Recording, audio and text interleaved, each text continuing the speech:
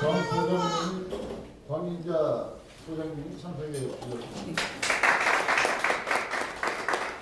저는 오늘 장애인 참정권 보장을 위한 종합토론회 사회를 맡은 한국장애인단체 총연맹에서 활동하고 있는 이민식이라고 합니다. 여러분 만나서 반갑고요. 정관에서 계속 신경을 많이 써주셔서 먼저 감사를 드리고요. 그럼 지금부터 토론을 시작하겠습니다. 먼저 충남 집중장애인 자립생활센터 권인자 전 소장님께서 발표해 주시겠습니다. 제가 이 자리에 참석하려고 했을 때 주로 주위에서 많이 했던 얘기들 중에 하나가 어차피 형식적인 거고 그냥 얘기만 듣고 끝날 건데 뭐 굳이나 그런 데 신경을 쓰냐, 굳이나 그런 데 가야 되냐라는 얘기를 제일 많이 들었었습니다. 제가 처음에 간담회 쪽을 준비하면서 생각했던 것 중에 하나가 제가 다치기 전과 그리고 다치고 나서 투표소로 가는 길이 어땠을까라는 것을 한번 생각을 해보았습니다. 근데 제가 다치기 전에는 과연 내가 투표소를 가기 위해서 무엇을 준비하고 무엇을 했을까라고 생각을 했을 때 딱히 생각나는 게 없었습니다. 그때는 그냥 필요한 서류 챙겨서 투표소로 가서 투표를 하면 그만이었기 때문입니다. 근데 지금 생각해보면 투표소로 가기 위해서 제가 준비를 해야 될 게 아침에 일어나면 우선 장영한다고 하는 게 되게 좀 마음 아픈 얘기 중에 하나이긴 하지만 당연히 장애인 화장실은 없을 거기 때문에 집에서 미리 볼일을 보고 가고요. 그리고 제가 이제 개인 차량을 이용하는데 그 개인 차량을 가지고 투표소로 가게 되면 내릴 데가 없어서 몇 바퀴를 돌아서 겨우 휠체어를 내릴 수 있는 그런 주차 공간에다 차를 세우고 그리고 투표소를 가게 되면 경사로는 있습니다. 근데 처음 딱 그 경사를 보면서 한숨을 쉬게 됩니다. 왜냐하면 경사로가 너무 급하고 그리고 혼자서는 도저히 올라갈 수 없는 각도이기 때문에 그 경사를 바라보면서 먼저 한숨을 쉬고 투표소를 하게 됩니다. 근데 분명히 투표소에 도우미 분이 자리를 하고 계시는데 문제는 서로 눈만 쳐다보고 멀뚱멀뚱 뭘 해야 될지 몰라서 서로 난감해하는 모습들이 많이 볼 수가 있었습니다. 자, 투표소 안으로 들어갔습니다. 거기서도 저는 저의 참정권을 제대로 행사를 할 수가 없었습니다. 우선은 그 공간 자체가 협소한 데다가 일반 장애인들이 쓸 수 있는 기표대 그리고 장애인 기표대들이 분리가 되어 있다 보니까 그 협소한 공간에 일반 장애인 분들의 기표대를 먼저 설치하고 그 이후에 장애인들의 기표대를 설치하다 보니까 장애인 기표대가 위치하는 자리가 너무 공간이 협소하고 어떤 경우에는 경로당 같은 경우는 부엌에 설치를 해서 오히려 그 턱을 넘어가야 되고 부엌으로 가야 되고 휠체어 자체가 턴을 할 수 없는 그런 공간에다가 기표대가 설치되어 있는 곳도 있었습니다.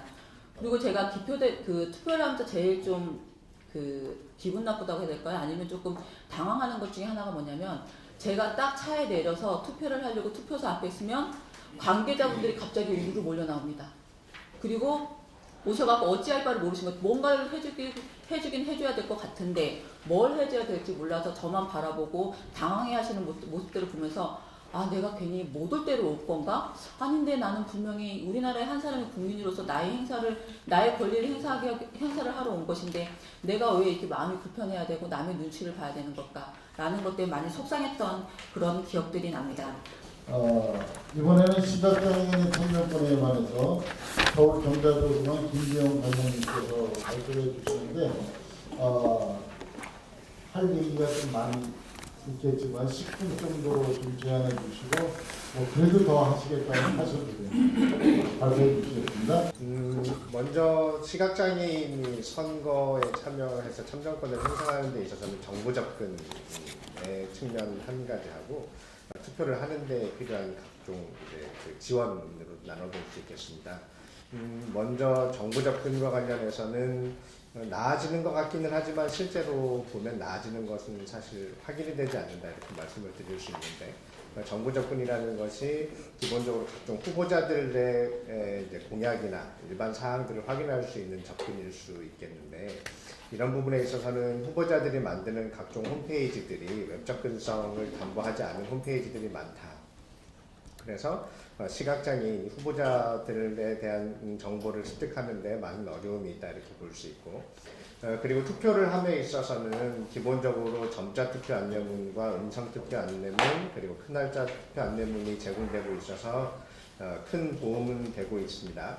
하지만 이제 선거하는 방법은 안내가 되고 있지만 내가 어느 투표소에 가서 투표를 할 수 있는지에 대한 정보는 아직까지 일반 장애가 없는 비장애인들을 대상으로 한 작은 글씨의 활자 크기와 약도만 제공되기 때문에 시각장애인 당사자가 쉽게 접근할 수 없기 때문에 이런 부분들은 또 이제 항상 말씀을 드리면 예산 탓을 하시지만 당연하게 지원을 해줘야 된다라고 생각을 하시고, 기본적으로 내보내지는 일반 유세물들의 글자 크기를 좀 키운다고 하면 저시력 시각장애인도 확인이 가능하고 나이가 드신 어르신들도 쉽게 접근할 수 있기 때문에 이런 부분들에 대한 안배가 좀 필요하고, 제가 가서 시각장애인이라고 하고 밝히고 장애인 복지 카드를 내고 그 투표 보조용구를 사용하겠다고 하면 그때부터 막 찾기 시작하십니다. 아, 누가 투표 보조용구를 가지고 계신지, 또 가지고 있으면 어떻게 하면 좋은지, 이렇게 막 한참 준비하거나 뭐 이제 부산스럽게 움직이시는데 보통 소요되는 시간이 5분 10분 정도입니다. 그러면 5분 10분 정도 기다리는 동안 다른 사람들은 다 투표를 하고 나가시거든요. 그렇기 때문에 사전에 교육을 하실 때 투표 보조용구가 항상 밖에 나와서 빛이 되어져 있고 시각장애인이 바로 투표 보조용구를 사용하겠다고 할 때 바로 투표 용지를 투표 보조용구 안에 넣어서 투표에 참여할 수 있도록 교육을 좀 절대적으로 해주셔서 이용하실 수 있도록 좀 해주시면 좋겠다라는 말씀을 좀 드리고, 종합적으로 간단하게 청각장애인 참정권에 대해서 말씀을 드리고 싶습니다. 김두현 팀장님께서 그 내용을 저는 공감을 합니다. 지금 우리 청각장애인들 참정권의 가장 중요한 것은 선거 정보입니다. 지금 청각장애인들의 참정권은 성인과 일반 비장애인들과 같이 해야 된다고 생각합니다. 그중에서 제일 중요한 것은 참정권에 대한, 투표권에 대한 정보가 제일 필요합니다. 몇 가지 말씀드리고 싶습니다. 첫 번째 문제점은 수화 및 한글 자막이 지금 많이 미흡하고 있습니다. 청각장애인들이 선거에 대해서 어느 곳에서 선거하고 또 선거인의 그 내용에 대해서 후보자에 대해서 고르기가 어렵습니다. 왜냐하면 전자식 QR코드에 대해서 또 바코드, 아까 김두현 팀장님께서 말씀하신 것처럼 바코드 삽입이 많이 부족하기 때문입니다. 만들지 못하는 이유는 공직선거법에 들어가 있지 않기 때문입니다. 두 번째는 웹사이트 접근에 대한, 요즘에 웹사이트를 많이 사용하고 있습니다. 중앙선거관리위원회에서도 2014년 수화에 대한 홍보물이 있습니다. 수화에 대해서 홍보를 하고 있는데, 그런데도 불구하고 예를 들어서 새누리당과 또 더불어민주당 또 그 당들이 있는데 그 정당에 관한 홈페이지를 들어가 보면 후보자에 대한 홍보가 없습니다. 그것이 문제입니다. 선거관리위원회에 그 수화나 자막을 넣어서 홍보를 해야 된다고 생각합니다. 발달 장애와 관련한 참정권을 얘기하면 저도 좀 복잡합니다. 지금 길을 잃어버린, 남 따라서 그냥 버스를 타고 자기 지역이 아닌 완전히 도가 다른 데로 가버린 그 친구에게 참정권을 줄 것인가와 관련한 문제를 이 글을 쓰면서 계속 고민이 되었기 때문입니다. 실제적으로 발달 장애인들의 참정권과 관련한 얘기는 여기에 길게 제가 썼습니다만, 가장 많이 나온 얘기가 그 사람들이 뭘 알겠느냐라는 이야기들이 깊이 뿌리 내밀어 있는 것이 사실입니다. 그런데 그 논의는 지금 말씀하신 것처럼 시각장애나 청각장애 그리고 지체장애를 가지신 분들이 투표권을 행사할 수 있는 권리를 보장받아야 하는 것처럼 저희 아이들도, 저희 친구들도, 저희 성인 당사자분들도 권리를 가지고 있습니다. 거기에서 저희가 조금 더 논의를 해야 될 것은 그러면 그 권리를 어떻게 안내하고 지켜줄 것인가에 대한 이야기라고 생각을 합니다. 뒤쪽의 내용을 제가 36페이지에 지금 내용을 좀 넣어놨습니다만 이 자료들을 준비하면서 이전에 이제 2014년에 준비된 여러 가지 자료집들을 확인해 봤습니다. 그랬더니 그때 이제 알기 쉬운 정보에 대한 이야기가 아직 나오기 전이었습니다만 그때 외국 사례들을 통해서 보팅, 선거는 이렇게 합니다라는 시뮬레이팅 자료를 그 영상으로 만들어 놓은 각 3개의 자료들을 이렇게 안내한 자료들을 제가 볼 수 있었습니다. 그러한 자료들은 지적장애와 자폐성 장애뿐 아니라 노인이시라든지 아니면 다른 장애 유형의 분들에게도 절차적 지식을 드릴 것이고 각 장애 유형을 도우려고 할 때 지금 말씀하신 것처럼 수화 통역사가 만약 그 각 투표장에 들어올 수 없다면 그분들을 위해서 필담을 나누거나 아니면 이미 만들어진 절차에 따라서 손으로 누르면 이 절차를 안내받을 수 있게 만드는 방식으로 우리가 좀 더 개발을 해볼 수 있을지도 모르겠습니다. 근데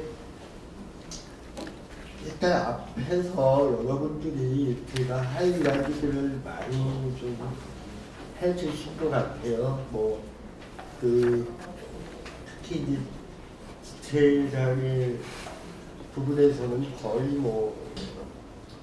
오늘 프로그램에 참석을 하면서 문밖에 장애인용 기표대하고 기타 도구들을 봤습니다. 지난번 선거 때 문제가 됐던 여러 가지 문제들이 좀 보완이 된 것 같습니다. 기표대도 좀 넓어졌고, 그 다음에 경사판도 이렇게 만들 수 있고, 또 손떨림이 있는 장애인들을 위해서 팔목에다 이렇게 묶을 수 있는 그런 것도 준비를 하셨고, 또 뇌력인 장애인들이 손동작을 디테일하지 못해서 혹은 사용할 수가 없는 경우가 있는데 마우스 스피닝용 기표 도구도 준비를 해 놓으셨더라고요. 뇌경련 장애인의 경우가 투표율이 50% 조금 상회하는 그런 정도를 차지하고 있습니다. 그런데 이게 아마 이동이나 여러 가지 문제들 때문에 그런 경우도 있긴 한데 그런 부분들 아까 이제 지체장애인의 선거권 관련해서 많이 말씀을 해주셨는데 제가 드리고 싶은 말씀은 뭐냐면 그래서 선관위에서 대안으로 내세운 것이 거소투표라든가 이런 대안을 내놓으셨어요. 근데 지난번 선거 때도 거소투표에서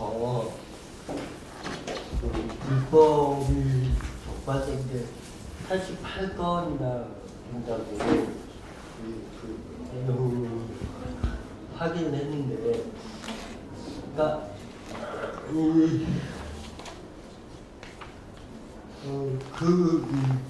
거소투표는 거의 대부분 시설에서 이루어지고 있고, 그래서 저는 원래 시설을 반대하긴 하지만 어쨌든 그러니까 선거권이 시설에서 이루어지고 있는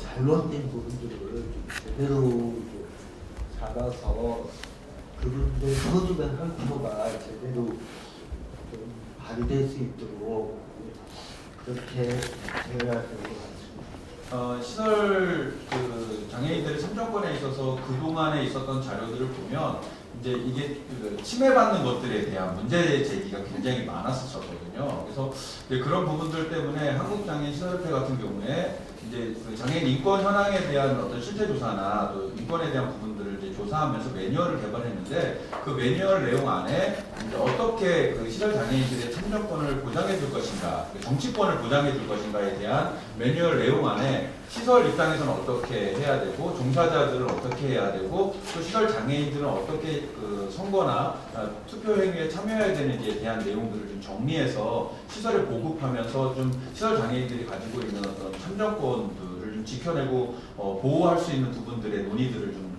진행을 좀 했고요. 그런 부분들에 있어서 좀 제가 이제 논의하는 내용들은 이제 앞으로 좀 개선해야 될 부분들도 있지만 이제 현재 문제로 제기되고 있는 것들 중에 몇 가지들을 좀 같이 논의하면서 거기에 대한 좀 적극적 해결 방안들을 좀 찾아보기를 좀 희망하는 부분들이 있습니다.